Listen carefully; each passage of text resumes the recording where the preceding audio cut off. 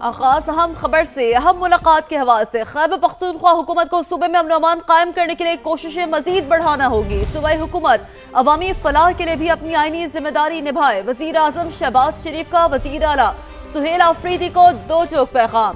پہلی باضابطہ ملاقات میں وزیر اعظم شہباز شریف نے کہا کہ اے پی حکومت کو چاہیے کہ انسداد دہشت گردی کے لیے صوبائی اداروں کو مزید مضبوط کرے۔ وزیر اعظم نے اس بات کا بھی یقین دلایا کہ وفاقی حکومت خیبر پختونخوا کے عوام کی بہتری کے لیے ہمیشہ سے کوشاں ہے۔ بولے خیبر پختونخوا وفاق کی ایک اہم اکائی ہے۔ وفاق اور صوبائی حکومت کے درمیان تعاون ضروری ہے۔ وفاق تمام صوبوں کو ساتھ لے کر چلنے اور یکساں ترقی کے ویژن پر عمل پیرا ہے۔ باہمی مشاورت اور اشتراک عمل کے ذریعے قومی یکجہتی، استحکام اور خوشحالی کے اہداف کو مؤثر انداز میں حاصل کیا جا سکتا ہے۔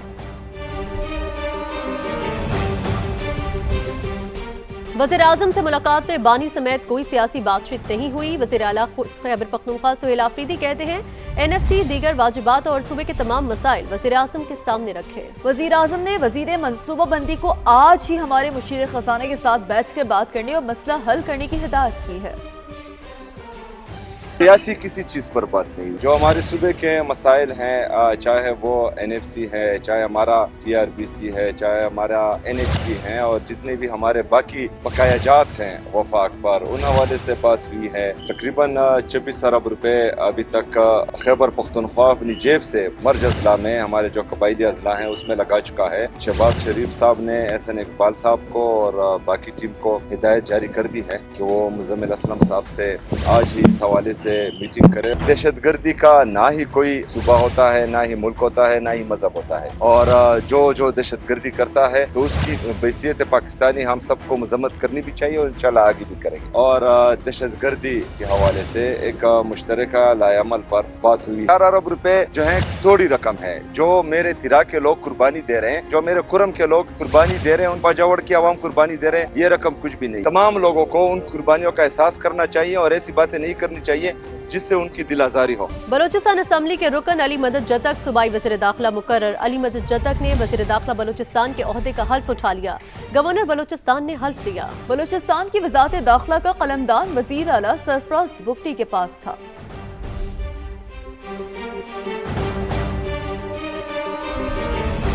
آگے بڑھتے ہیں، بڑی خبر دیں گے کراچی سے، جہاں کورنگی عوامی کالونی میں دن دہاڑے مبینہ ڈکیتی کی بڑی واردات۔ 8 سے زائد ملزمان جیولرز کی کئی دکانیں لوٹ کر فرار ہو گئے۔ ملزمان نے چوکیدار کو یرغمال بنا کر یہ واردات کی۔ پولیس نے دکانوں کی CCTV ویڈیوز حاصل کر کے ملزمان کی تلاش شروع کر دی۔ اور اب بات کریں عالمی اور مقامی منڈی میں سونے کی قیمت میں تیسری بار سب سے بڑی کمی۔ فی تولہ سونا 21,500 روپے کم ہو کر 4,90,362 پر آ گیا۔ 10 گرام سونے کے دام بھی 18,433 روپے سے کم ہو کر 4,20,406 روپے پر آ گئے۔ پاکستان میں فی تولہ سونا 3 دن میں 82,500 روپے سستا ہوا۔ چاندی کی بات کریں تو فی تولہ قیمت 602 روپے کم ہو کر 8,405 روپے پر آ گئی ہے۔ امریکہ اور ایران کے درمیان کشیدگی، تیل کی قیمتوں میں بڑی کمی۔ عالمی منڈی میں خام تیل کی قیمتیں 5% سے زائد گر گئیں۔ یہ 6 ماہ کے دوران ایک دن میں ہونے والی سب سے بڑی کمی ہے۔ امریکی خام تیل 5.6% کمی کے ساتھ $61 فی بیرل پر فروخت ہو رہا ہے۔ برطانوی خام تیل کی قیمت میں 5.5% کمی ہوئی، قیمت $65 فی بیرل پر آ گئی۔ وزیر اعظم شہباز شریف سے عالمی بینک کے صدر اجے بنگا نے ملاقات کی۔ وزیر اعظم نے کہا پاکستان کی اقتصادی ترقی اور اصلاحات میں عالمی بینک کی معاونت کو قدر کی نگاہ سے دیکھتے ہیں۔ وزیر اعظم نے کہا پاکستان میں اصلاحات اور ترقیاتی ترجیحات کے فروغ کے لیے عالمی بینک کا کردار اہم ہے۔ حکومت پائیدار اقتصادی استحکام کے لیے جامع اصلاحاتی پروگرام پر عمل پیرا ہے۔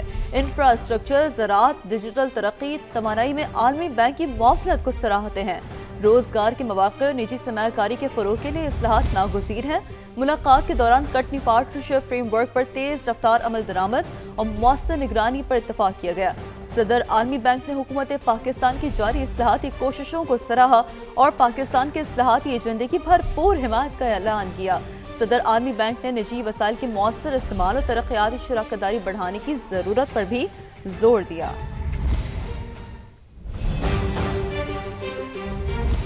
پاکستان کا سرپرائز، بھارتی میڈیا پر چیخ و پکار کا سلسلہ جاری ہے۔ انڈین اینکر سے میگا ایونٹ کو منسوخ کرنے کا مطالبہ کر دیا۔ بعض بھارتی صحافیوں نے اعتراف کیا ہے کہ پاکستان نے ICC کی نیندیں اڑا دی ہیں، بھارت خطے میں تنہا رہ گیا ہے۔ پاکستان کا سرپرائز، بھارتی میڈیا پر چیخو پکار کا سلسلہ جاری، انڈین اینکرز نے میگا ایونٹ کو منسوخ کرنے کا مطالبہ کر دیا۔ بعض بھارتی صحافیوں نے اعتراف کیا کہ پاکستان نے ICC کی نیندیں اڑا دی، بھارت خطے میں تنہا رہ گیا۔ پاکستان کا سرپرائز، بھارتی میڈیا پر چیخو پکار کا سلسلہ جاری ہے، انڈین اینکرز نے میگا ایونٹ کو منسوخ کرنے کا مطالبہ کر دیا۔ بعض بھارتی صحافیوں نے اعتراف کیا کہ پاکستان نے ICC کی نیندیں اڑا دی، بھارت خطے میں تنہا رہ گیا ہے۔ پاکستان نے ICC کی نیندیں اڑا دی، بھارتی صحافی اعتراف کر رہے ہیں۔ کھیل سے کھلواڑ کرنے والوں کو صاف انکار، کرکٹ کے خود ساختہ ڈان کو کرارا جواب۔ بھارت نواز ICC کو بڑا سرپرائز، پاکستان نے ورلڈ کپ میں بھارت سے میچ کا بائیکاٹ کر دیا۔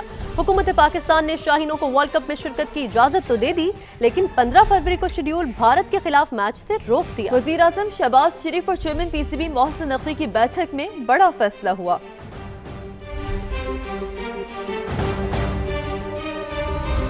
پاکستان کے ایکشن پر ICC کا ری ایکشن، انٹرنیشنل کرکٹ کونسل کے ہیڈ کوارٹرز میں ہلچل، اعلامیے میں کہا گیا توقع ہے پاکستان قابل قبول حل تلاش کرتے ہوئے فیصلے کے اثرات پر غور کرے گا۔ قومی پالیسی کے معاملات میں حکومتی فیصلوں کا احترام، لیکن یہ قدم کرکٹ شائقین کے مفاد میں نہیں ہے۔ جس میں شرکت کا تصور مقابلوں کی روح سے متصادم ہے۔ پاکستان کا جرأت مندانہ فیصلہ، کرکٹ کے ایوانوں میں ہلچل، ICC ہیڈ کوارٹر لرز اٹھا۔ پاکستان کے ایکشن پر ICC کا ری ایکشن، اعلامیے میں کہا باضابطہ فیصلے کے منتظر ہیں۔ اقدام کرکٹ کے عالمی نظام پر اثر انداز ہوگا، جزوی شرکت کا تصور ایونٹس کی روح کو متاثر کرتا ہے۔ ٹورنامنٹس کی بنیاد سپورٹس مین شپ، تسلسل اور انصاف پر ہوتی ہے۔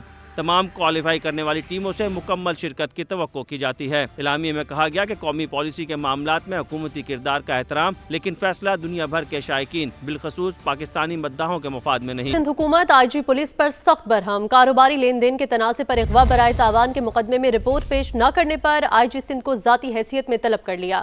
عدالت نے ریمارکس دیے کہ فریقین ایک دوسرے کے خلاف چیک باؤنس کے مقدمات بھی درج کرا چکے ہیں۔ اگر معاملہ خالصتاً کاروباری تنازع تھا تو اغوا کا مقدمہ کیوں درج کرایا گیا؟ جسٹس ذوالفقار علی سانگی نے سوال اٹھایا کہ ملزم کا CRO کیوں نہیں کرایا گیا؟ آپ جانتے تھے CRO کرانے سے اغوا کا مقدمہ کمزور ہو جاتا۔ عدالت نے ریمارکس دیا، آپ جتنی بھی چالاکیاں کر لیں عدالت سے کچھ نہیں چھپا سکتے، اسی وجہ سے مقدمات میں سزائیں نہیں ہوتی، اگر سچی FIR درج کی جائے تو سزائیں بھی ہوں گی۔ سانحہ بھاٹی گیٹ میں جامعہ خاتون اور بچی کی پوسٹ مارٹم رپورٹ مکمل کر لی گئی۔ رپورٹ کے مطابق ماں اور بیٹی کے سروں پر زخم کے نشانات پائے گئے ہیں۔ خاتون کے دائیں کندھے کی ہڈی بھی ٹوٹ چکی تھی۔ ننھی ردا فاطمہ کی گردن کی ہڈی ٹوٹی ہوئی تھی۔ خاتون سعدیہ کی کمر پر زخموں کے نشانات بھی موجود اموات ہیں۔ سر اور گردن کی ہڈیاں ٹوٹنے کی وجہ سے ہوئیں۔ بھاٹی چوک میں ماں بیٹی کے مین ہول میں گرنے کا واقعہ 28 جنوری کو پیش آیا تھا۔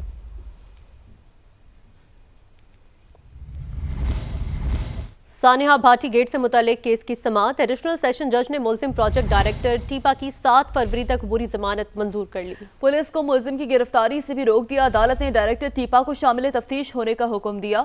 ملزم زاہد عباس وکیل کے ساتھ عدالت میں پیش ہوئے۔ مودی سرکار نے بھارت میں سابق آرمی چیف MM ناراوانی کی کتاب چھپنے سے پابندی لگا دی۔ اپوزیشن لیڈر راہل گاندھی کتاب کا مسودہ پارلیمنٹ لے آئے۔ اجلاس کے دوران راہل گاندھی نے نریندر مودی اور راج ناتھ سنگھ سے متعلق سابق آرمی چیف کے خیالات بتانے کی کوشش کی تو راج ناتھ سنگھ نے پارلیمنٹ میں ہنگامہ کھڑا کیا۔